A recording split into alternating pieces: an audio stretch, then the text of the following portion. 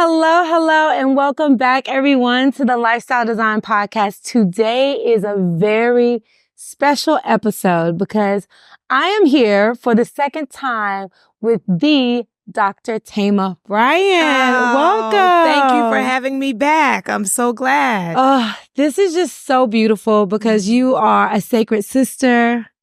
You are a mentor. And at this point, you are a national treasure, international treasure of the world. Oh, and you are the queen of affirmation. Thank you. Thank you. It's been so beautiful to see you getting your flowers as you are living and moving and breathing as all that you are. And I'm just so honored to have this opportunity to dive in deeper than we did on the first podcast. Right. Because I've been doing my work. Yeah. And if y'all haven't heard the first podcast, we dove in deeper. Yeah. And after, I don't know if it was before or after, but when I moved, when I started my soft girl season, the number one book that I read on my journey from LA to Atlanta was Homecoming. Dr. Thema's first book. Yes. Y'all, it is one of my favorite books. Thank you. And I love that you were on a physical journey along with the emotional journey of coming home to yourself. 100%. Wow. And I love that I had your storytelling throughout the book to kind of guide me through a lot of things I was processing in my head. It was very profound.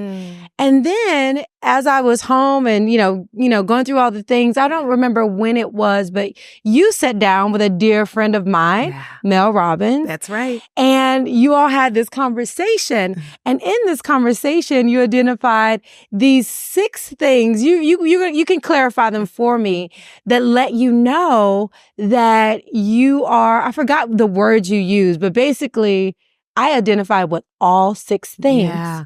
It's psychological homelessness. Yes. Or this sense of being disconnected. And often we're not aware because we're just going through the motions of living. Yeah. And so then there are these awakenings that remind us that we have drifted. Yeah. Or that we are living off of somebody else's priorities, or perhaps it was our priorities based on a misunderstanding of ourselves. Yeah. And so giving ourselves permission to course correct, to say like, I thought this was what I want, but actually it's not fulfilling. And I identify with that. And psychological homelessness. And what happened was I found myself during the pandemic after an incredible, huge event, online retreat where I had over 8,000 opt-ins. I had all my favorite people teaching. And you would think, as you mentioned, I would be happy. And it was just like a huge accomplishment. And I was grateful. But because I was there, but I was unhappy because I wanted romantic partnership and I didn't have it because I was misaligned in some of my business dealings because during the pandemic, you never know what was going to happen. So I was just saying yes to everything to feed myself and my team of 21 at the time, a lot smaller now. And I just identified with that because I was like, I should be happy, but I found myself in my bathtub crying.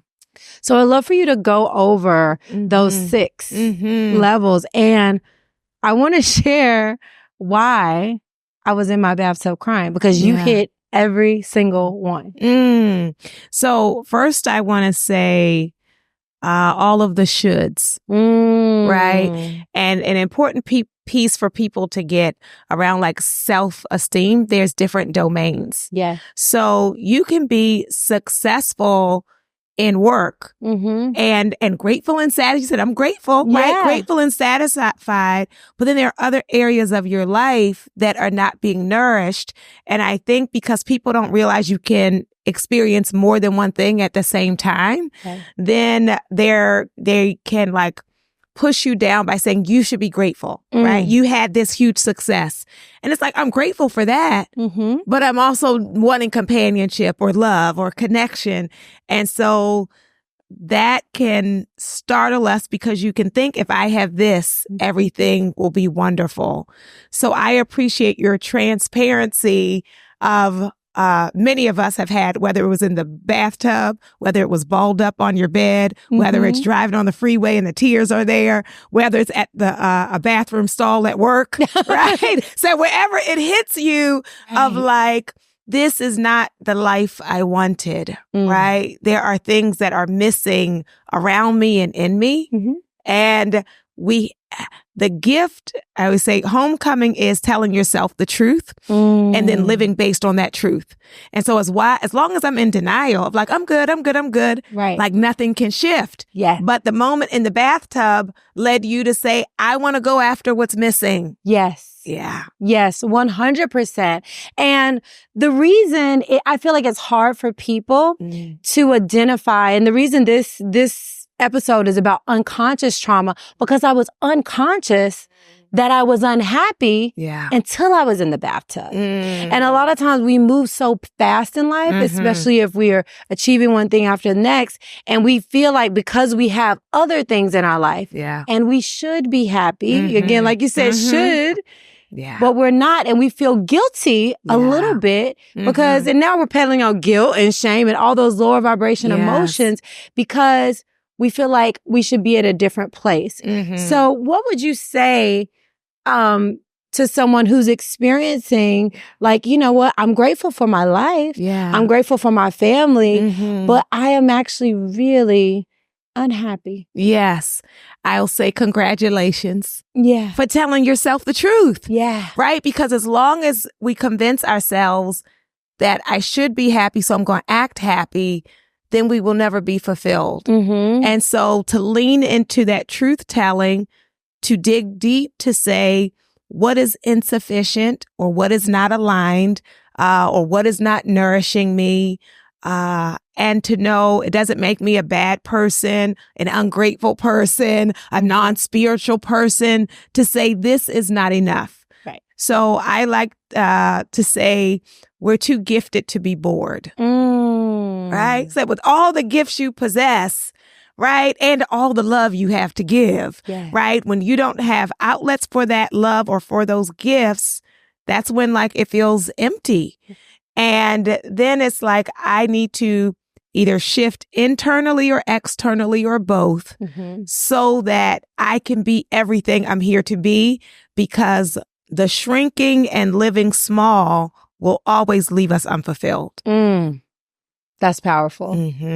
I am meant to be everything I came here to be. Everything. That's the mic drop right there. Yes. Because again, we play small. And we do it, and people will look and say, oh, you're good. You're good. Yes. But we know in the inside, I'm just getting started. I'm just getting started. Or I know I'm doing, or they might say, stay in your lane. Well, you know, and I have a lane here that is a part of my fullest expression in this lifetime. That's right. And I feel like, how can we normalize this opening of full expression? Because I feel like we're saying it, but how do we start to really open the conversation and really open it up for people to really fully express?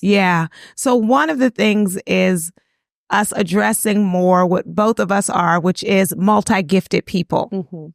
And I, for the longest, had people who would try to like put me in the box, right? So I do spoken word. And so if they met me in a poetry space, they would say, why are you wasting your life in the academy? Right? And then people who meet me as a faculty member are like, why are you wasting your time at a coffee house? Right? Because they don't get the vision, because that's how their world is. And my mom said something to me one day that was very liberating. She said, single gifted people will never understand multi-gifted people. To them, you will always look scattered. Wow. Right? Because that's what they want you to choose. Like, what are you? Yes. Because it defies their box. It's like, oh, I thought you were yoga. So what are you doing over here? Like, who told you could come out of that box? Right? That part. That part. And it's like, I do it all. All these things, all of the things in me. So I think us also giving each other permission and celebrating cutting up the box, right? And also when we respond to each other, not responding out of our fears. Because I think when people are trying to discourage us, it's based on their fear that that's impossible, right? That you're going to get hurt. You're going to get disappointed. So let me tell you now to play it safe and just enjoy what you have, right? Because that's what they have chosen to do. And your wingspan makes them either say, I want to try to stand on her wings to stop her, or it's going to make me to question, why am I not soaring? Right? Yeah. And we can all soar in our various ways. Right. Yeah. I think that's really powerful because I feel like a lot of people have been there where they have a friend or someone they're very close to and they're sharing and they're like, oh, no. Right. And they have the best intentions, right? So how would you address that when someone's like, no, and it makes you second guess yourself and you're like, you know what? Yeah, maybe I shouldn't cut up the box. Maybe I should just, stay focused. Yeah. I don't want to get hurt either. Right. What would be your advice to them when they're in that kind of limbo of like, I really want to do something different. I just want to try it. And maybe I'm not successful at it. Yeah, and that'll be okay. Yeah. So I would say one of the beautiful gifts we can give ourselves is getting in the company of other dreamers. It makes all the difference. Yes. Because when I'm in a company of like play by the book people, they'll say, it's too early or it's not your time or you don't do this or you don't have that or, where's your budget, right? So, yes. Right?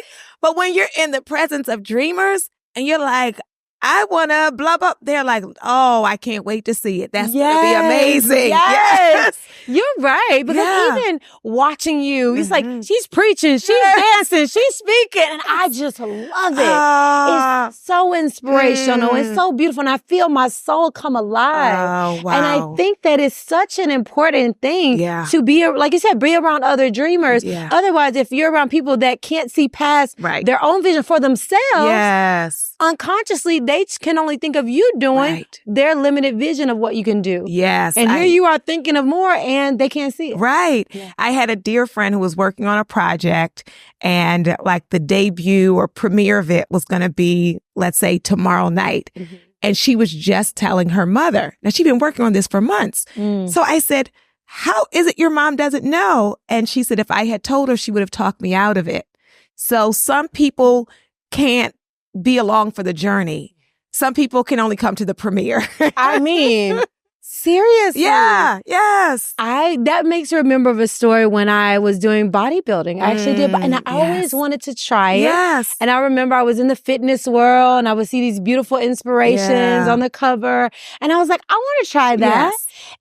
But I was afraid to tell my family because I didn't want them to talk me out of it. So here I was by myself and I didn't have much money at the time. So I bought my flight out there. I couldn't even afford a hotel.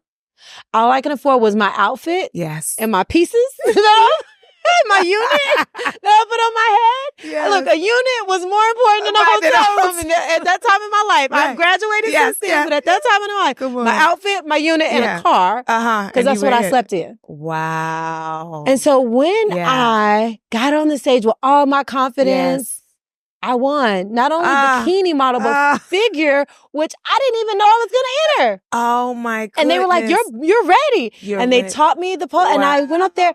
And because I had the confidence, I'm like, I'm going to go in and do this.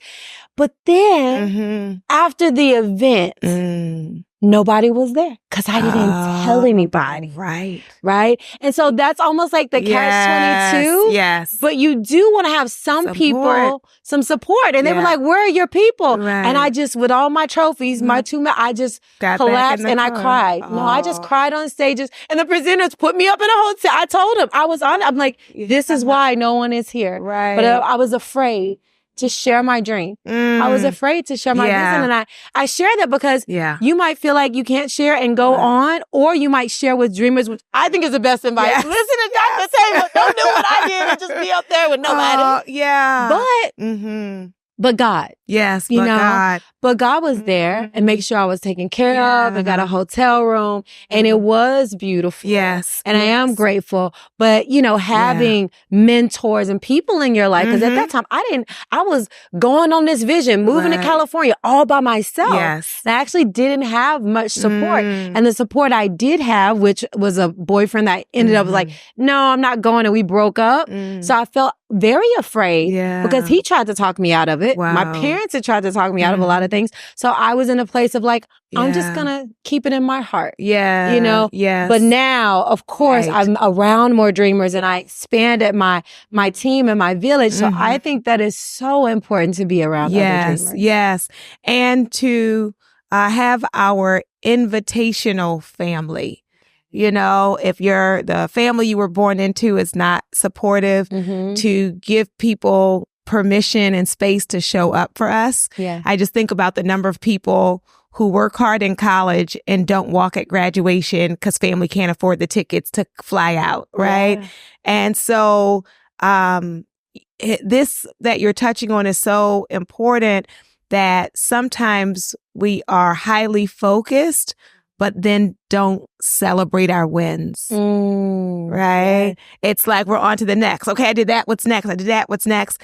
And that's, you know, when that internal part is looking for home, right? And so when I can say, I want to celebrate me, it's like when I have clients who have never had like a good birthday. And I'm like, okay, so you have tried it the way of every year waiting for other people to do it. Right. And they have let you down. So get a vision for yourself of how you want to celebrate you. Yes. Right? Yes. Yeah. I think that's so important. It is. And I feel like celebration, that's another thing I wanted to talk, because I feel like in today's age, we celebrate like maybe a book or a relationship. Yeah. What is your philosophy on celebrating the small wins? Like the everyday, like how often do you do it, and what's been your journey with celebration? Yeah, it is the thing that makes our journey sustainable. So this is one of the pieces that we teach in therapy, is helping people to spot their progress. Because we're so hard on ourselves, right? And so like you said, if it's like a huge thing, we're like, oh, when I get down there, even though that's going to take 5 years, right, then I'll celebrate. So it's like breaking it up into chunks of like, well, I didn't launch the business yet, but I talked to somebody else about their business. Yeah. Or I started working on my plan, or I've created a savings account for my you know, and so seeing the progress is what nourishes us and encourages us to say, I'm doing it. I'm a writer in the making. I'm an entrepreneur in the making. Like it's happening. I was talking to someone yesterday and I said, guided by spirit, tell me about the book you're writing. And she said, well, it's in my head. I haven't actually started writing it. I said, you're already writing it. Right? Yes. So to be able to even honor our pre-process, because the inner work happens before the manifestation. Yes. And that brings me up. We were having dinner the other day and you talked about how you were opening so many doors. And I would love for you to share that beautiful story of how you started with the idea of not one, but was it 5 initiatives? Yes. Yeah. So being out of the box and unlimited is my girlfriend's always talk about infinite, right? Infinite possibilities.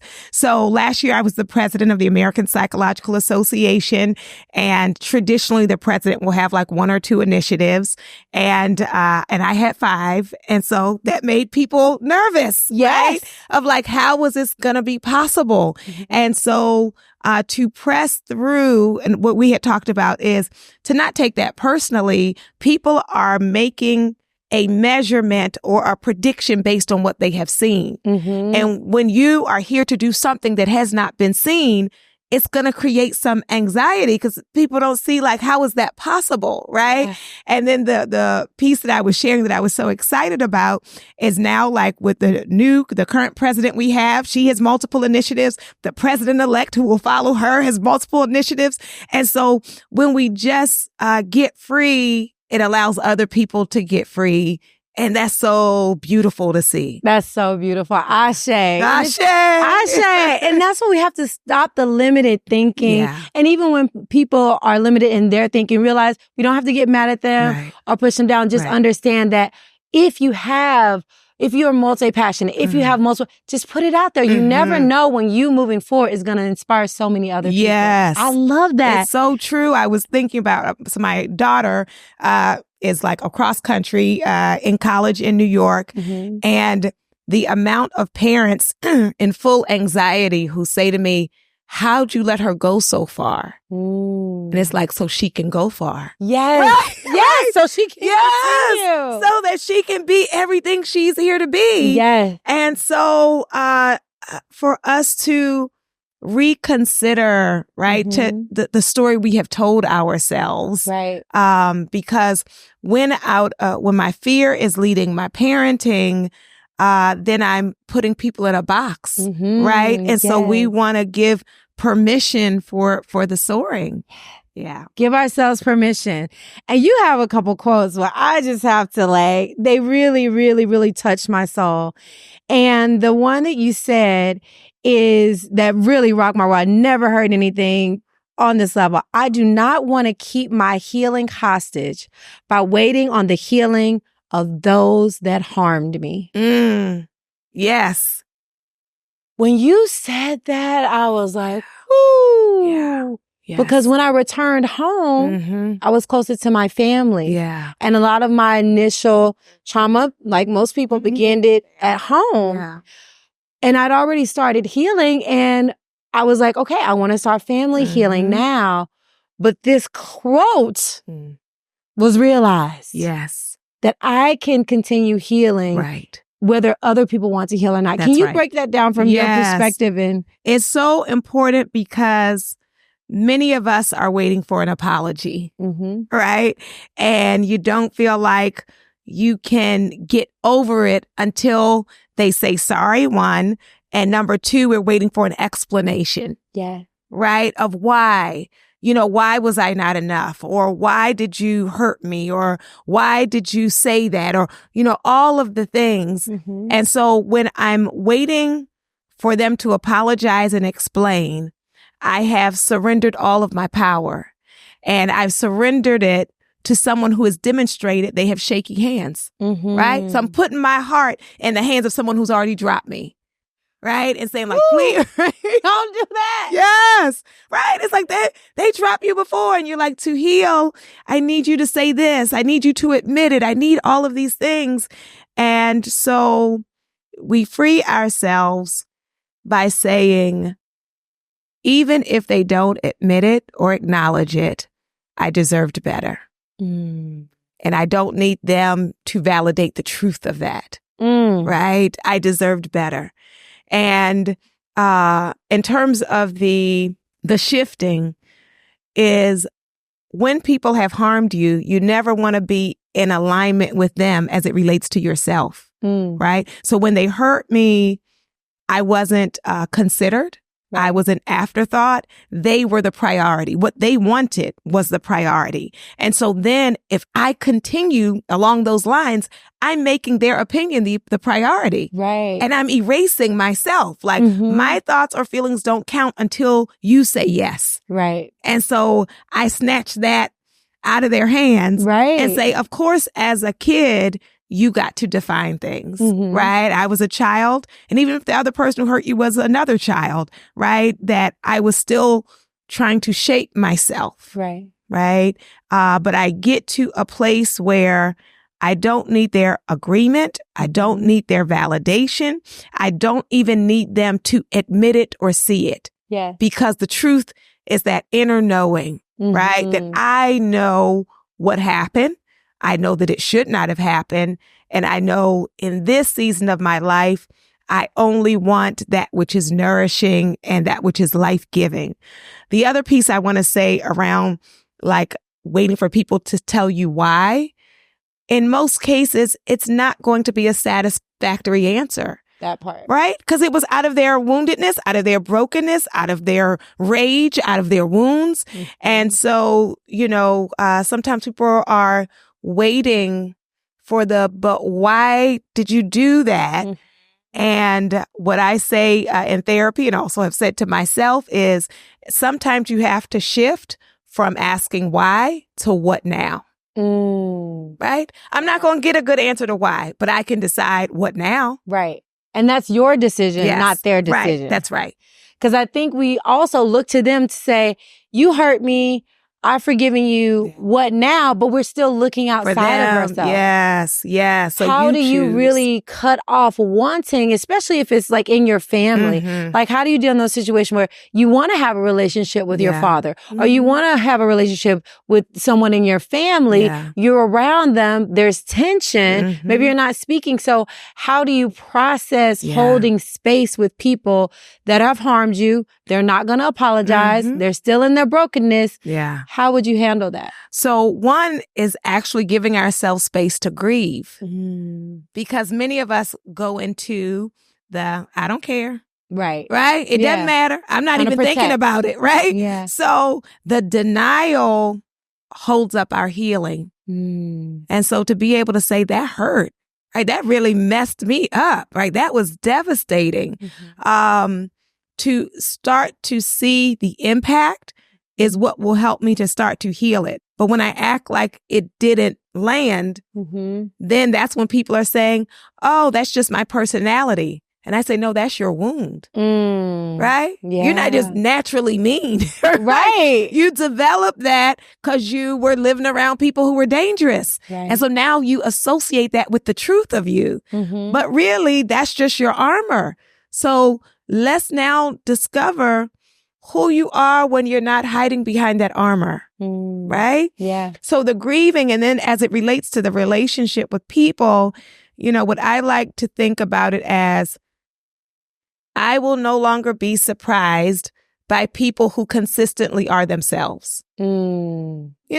It's such a setup to say, like, this aunt is going to be mean to you every time you see her. And then you go over their house and now you're devastated and brokenhearted because they talked about you, your weight, your hair, your marital status, whatever. Right? That's what they do every year. Right. So, it's like, if I choose to be around you, I will no longer be startled by that. Right. And moved or defined by it. And I want to say giving myself permission for middle ground, because some of us believe culturally or religiously or for whatever reason that, not wanting to cut family off, but there's a lot of space between cutting them totally off and spending every weekend at their house. Right. Right? Exactly. Yes. Yes. So I can take you in doses, in moderation. I might like to sit at the kids' table, right? Or I might volunteer to go for all the errands. Y'all need somebody to go get something. Yes. So then I can manage it. I think you have a book to my life because I definitely sat at the kids' table. I definitely run the errands. And I definitely have a trailer outside of my house when I go home because I can only take so much. That's right. But it's helped. It helps. It helps my healing. And I think it also provides spaciousness where I'm not constantly getting triggered to the point I'm irritated and then I shift. Right. Because if we put ourselves in an environment that is triggering, again, we start to harm ourselves. That's right. Like you said, take it in doses. Yeah. A little bit at a time. Okay, that's enough when you can feel it rising. Like, okay, I gotta go. You're not staying for dessert? No. I'm good. I had enough with the appetizer tonight, Chris. I had enough. I don't need no more doses. I can't take another course. That's it. Yeah. That's it. Yeah, it's freeing. It is. And that also, because some people give these folks their whole holiday. Yeah. And then come Monday morning, you're drained, empty, resentful, and those people still don't really accept you. Right. You did all of that. You held all that poison in, and they still don't like you. Yeah. Right? So it's like, and for what? What was the they point? still don't like you. Yes. Yeah, you don't get a badge of honor for taking the hit. No, you absolutely don't. Yeah. That's so powerful. And I feel like I just spent 2 weeks with my mom. Yeah. And me and my mom's relationship is one of my favorite relationships of every member of my family because we've come so far and we both have been present to our healing individually and together. And in this last time, Mine was healthy boundaries, me learning healthy boundaries because my mom loves what she loves. Yes. And we live different lifestyles. Right. So when we're together, I can't live fully the lifestyle that she would prefer, and she can't fully live my lifestyle. Yeah. So we have to go back and forth with our boundaries. So spending this time with my mom really helped me see where my boundaries were, where her boundaries were. And it was really just a dance back and forth. Yeah. We both pushed a little bit, nudged a little bit, but respected each other. And I think when it comes to healing, both people have to be willing to grow, and both people have to respect each other. What do you feel like is the cocktail? When do you kind of lean in, and when do you say, okay, you know what? I think I need to step back. Was there like... Yeah, I think as you describe it, mutuality of like, do we both want to save this friendship or relationship? Because one person alone can't do it. Right. Right. And so it was that you both had buy-in. And then another piece is when both people have some self-awareness. You know, it's like knowing yourself, because it's very easy for us to see what other people did wrong. Right. Right. And sometimes it's not even a matter of right or wrong. It's what you described as different. You know, we just have a different way. And I think that's also helpful to take the judgment out of it. Right. It's just like, oh, you flow differently. And, you know, an example that I can give that, you know, doesn't necessarily have judgment in it is I was working with a couple, and the wife likes to like talk things out till you get to the solution kind of together as you're talking. And the husband likes to think first so that he can know what he thinks, right? And so then there's this conflict because he wants to go walk and think, and she's at the door like, you're not going to walk away until we talk this out. And so when, you know, helping them realize they both want it to work, it's just different styles of communication. So like her desire to talk it through is not just that she's a controlling bad person, and his desire to walk it out is not just him being avoidant. And so then we can come to, you know, some compromise. Right. And so, but that only comes when we can see ourselves, not just as right or wrong, or that my way is the only way. Right. You know? What is the compromise in that situation? Because that is such a big thing. Like someone was like, I need some time. And the other person's like, well, the time is now. I need to get this resolved. That's just going to be in my spirit causing me harm. Yes. What is so with that, it was him learning to first give the assurance, because she was interpreting the walk away as you're walking away from me, right? Or you're walking away from us, or that you don't care. And so instead to be able to say, I really want to have this conversation with you, and I am not ready to have it, but I am going to come back, and I'm going to come back before. So it needs to be like a time limit, because else the person, as you said, is sitting there stressing. Or you, because I'm not saying like you can walk around till 2 a.m. Right. We're not doing that. But to say, I'm going to walk for like an hour and I will be back, and I want to have the conversation. So just that can help the person feel like, you know, are you out there with some other woman, or are you out there filing papers? Right. Yeah. So I think that gives it space. Right. That is so beautiful, because I feel like there's some people ask for spaciousness and it could be like a walk, or some people like, okay, I need like a month, years to work through things. And I've had, you know, different friendships where it's just like people go through things in their personal life. And what they're going through in their personal life affects their friendships. How do you navigate when it's just like you're going through something personally, you don't really feel confident, or maybe it's just like with your relationship, your family, you don't feel confident sharing everything, but it does affect your friendships. How do you navigate those really sensitive situations? That's an important distinction, right? Because the example I gave is like, oh, we're going to talk in an hour or two, right? But there are times when people are going through and like want extended time. And so there are a couple of factors that can shape how you respond to that. One is, are they asking for extended time because of a harm you did? Right? Because then if you did harm, then if you're actually sorry, you have to give them the space. Because sometimes people apologize and want like instantly to pretend like it didn't happen. They're like, I said, I'm sorry. Right. So when we have that kind of entitlement, like you must forgive me and you must forgive me immediately and you must immediately act like it didn't hurt, then that's not fair. Right. On the other hand, let's say I'm taking space because I'm dealing with something that has nothing to do with you and I don't want to talk about it with you. Well, that's revealing to both people about the nature of our relationship. Right. Which is okay. But like when I'm going through, there are certain people I feel comfortable talking to and certain people I don't. So then I need to be honest with myself about what that is. And then both people may come to a recognition that we didn't think the same thing about this friendship. Right? Some people think, they're like in your inner circle and you look up and like I've told my 3 close people, but you're not in those 3. Right?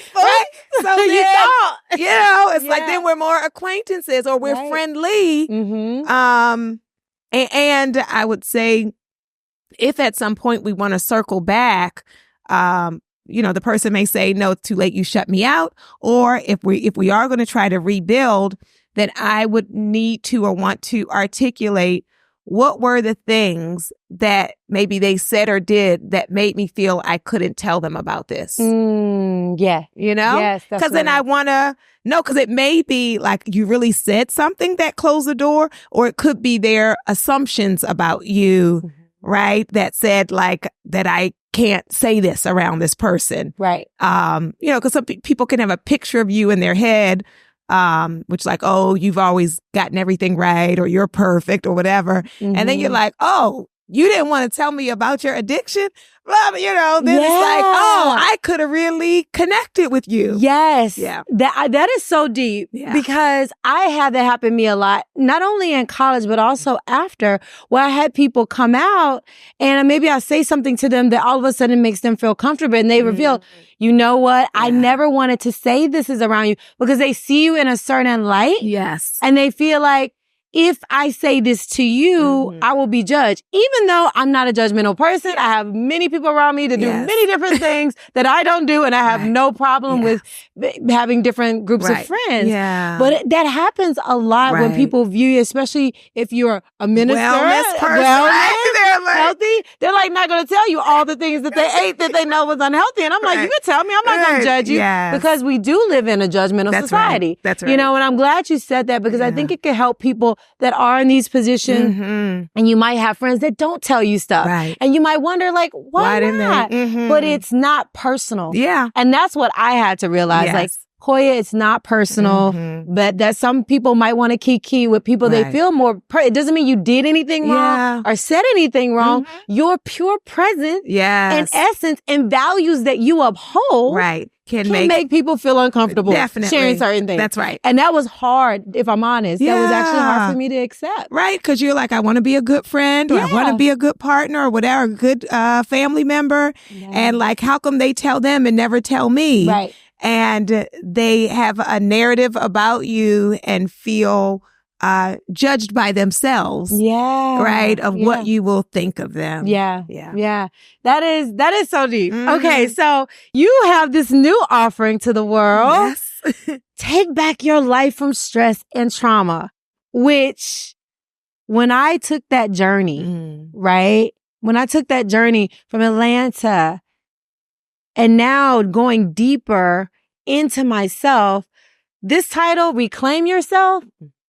First, I did the homecoming, your first book. That's right. And now I feel like I have reclaimed myself. So good. So I'm so excited to go through this journal and just really, what was your intention with writing this journal? Yeah. Because I'm ready to go through it, because I feel like I've had the time to reclaim myself just from homecoming. So what is your intention with this new offering? Yes.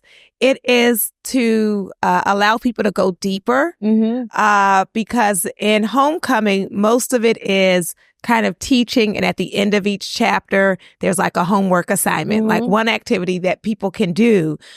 With the Reclaim Yourself, it's a workbook with many exercises that I do with my therapy clients. So it's a part of my intention of how do we bring the knowledge to make it more accessible to people. Right. Right. Because therapy can be a stretch in terms of price or access or finding someone who's a good match. And I do still, of course, recommend therapy, but also for those who are on that self-help journey. Yes. And it can even be in conjunction with, you could do the exercises and then take it to your therapist or coach and say, like, this is what was coming up for me, to help us to come home to ourselves around the truth of our behavior. Right? Because sometimes we get it here, but not here. Right? As I can explain to someone, oh, that wasn't my fault. I was a kid, but I'm still living as if I'm locked in shame. Yes. Right? So the exercises are to help us get closer to the truth and then empower you with the skills to make better decisions for yourself. I love that. I love that. So we're taking back our life from stress and trauma. Yeah. I know that I've been able to do that with your guidance, and I'm excited to go through this new offering. And I feel like there's so many levels, and the trauma, like you said, it can be unconscious. It could be, here you get it, but here it's still there. So I want to end with, what are the steps what are the levels that people can take to really start getting through some of that unconscious trauma? Like, how can they identify it, and how can they get to a place of well-being? This is a great question for us to end on, especially with your work, because my answer is going to be embodiment, right? That sometimes the things we're not thinking about are actually showing up in our bodies. Right. And so you pay attention to in what places or what activities or with what people do I feel tight in my shoulders? In what circumstances do I get nauseous or get a migraine?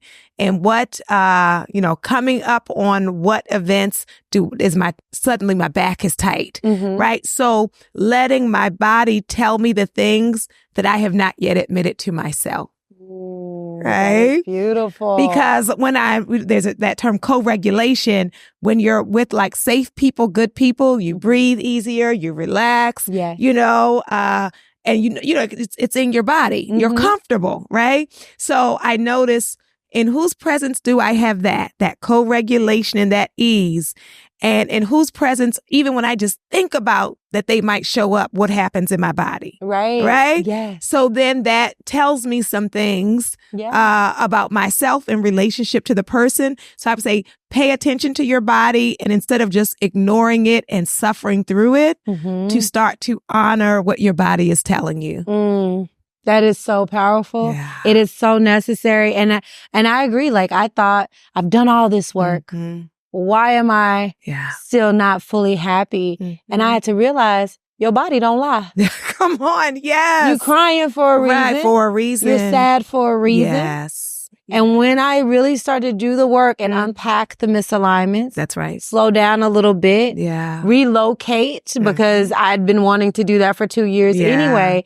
Then the stress naturally started to relieve itself. I started doing the work. Yes. Right? And slowly the trauma, started to show itself even more. Right. But it really did take me slowing down and practicing exactly what you said, embodiment, to really start to heal on deeper levels. So y'all, it's levels. It's levels to this trauma and healing unconscious trauma. I cannot wait to get my copy of Reclaim Yourself. Oh, wonderful. You will be one of the first to receive it. Thank you. Yes. Thank you so much for just being here with us and just sharing your wisdom. And the last question that I ask everyone who comes on the podcast, what do you see when you envision your life 5 years from now? Best case scenario, what does it look like? Best case scenario is I am sharing wisdom about psychological, cultural, spiritual healing through the media. And where do you see the world? Best case scenario, because we got a lot going on. Yeah. Best case scenario, if you can snap your fingers and the world was like this in 5 years, what would it look like? We would honor the humanity of each other, that we would choose peace over violence and oppression, that we would come to the reality, which is our survival is dependent on each other. and that we would actually have some joy. Yes. Yes. I love this. Thank you so much. It's just been a joy to have you. It's a joy every time I'm in your presence. Thank you. Likewise. I'm grateful. I appreciate you having the conversation and us having it outdoors. This felt so good. Yeah, y'all, it was windy, y'all. I hope you can hear everything, but I just feel so wrapped in the divine and so wrapped in nature and your essence. So I feel grateful. Thank you. Grateful. Thank you. I hope y'all are feeling grateful too. Please let us know your biggest takeaways from this episode. Follow Dr. Thema Bryant and let us know your biggest takeaways. And until next time, love yourself, love others, and love the world one day at a time, one breath at a time. Peace and love.